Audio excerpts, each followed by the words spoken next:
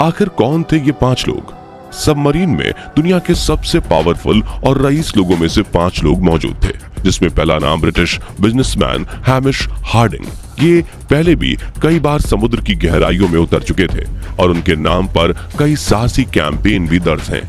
ये action group के founder और aircraft brokerage company action aviation के प्रेसिडेंट थे और उन्होंने एक पायलट के रूप में आसमान और एक्सप्लोरर के रूप में समुद्र की गहराइयों में कई बार गोता लगाया था।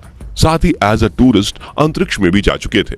उन्होंने 2 बार समुद्र में सबमरीन के जरिए 36,000 फीट की गहराई तक पहुंचकर वहां सबसे ज्यादा समय बिताने के लिए Guinness book of world record में अपना नाम भी दर्ज कराया है। इनके अलावा इस हादसे में मारे जाने वाले पॉल हेनरी 20 साल से भी ज्यादा समय तक फ्रेंच नेवी में सर्विस दे चुके हैं और उन्हें गहरी सबमरीन्स में एक्सपर्टीज हासिल थी।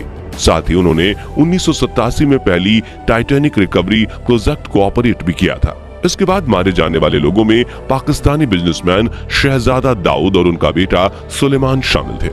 शहजादा पाकिस्तानी कॉन्ग्लोमेरेट इंग्रो कॉरपोरेशन के वाइस चेयरमैन थे।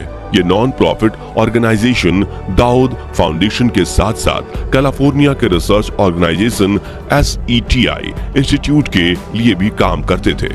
शहजादा के बेटे सुलेमान की उम्र 19 साल थी, जिन्होंने हाल ही में अपने स्कूल की पढ़ाई खत्म की थी और वो साइंस फिक्शन के बहुत बड़े फैन थे।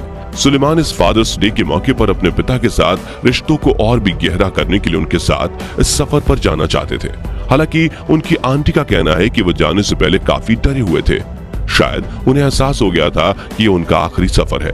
इस सबमरीन के मालिक यानी कि ओशियन गेट कंपनी के CEO स्टैक्टन रश भी सवार होकर टाइटैनिक का मलबा देखने गए थे। इन्होंने 2009 में इस कंपनी की शुरुआत की थी और ये फाइनेंशियल एंड इंजीनियरिंग स्ट्रेटजीज की देखरेख करते थे।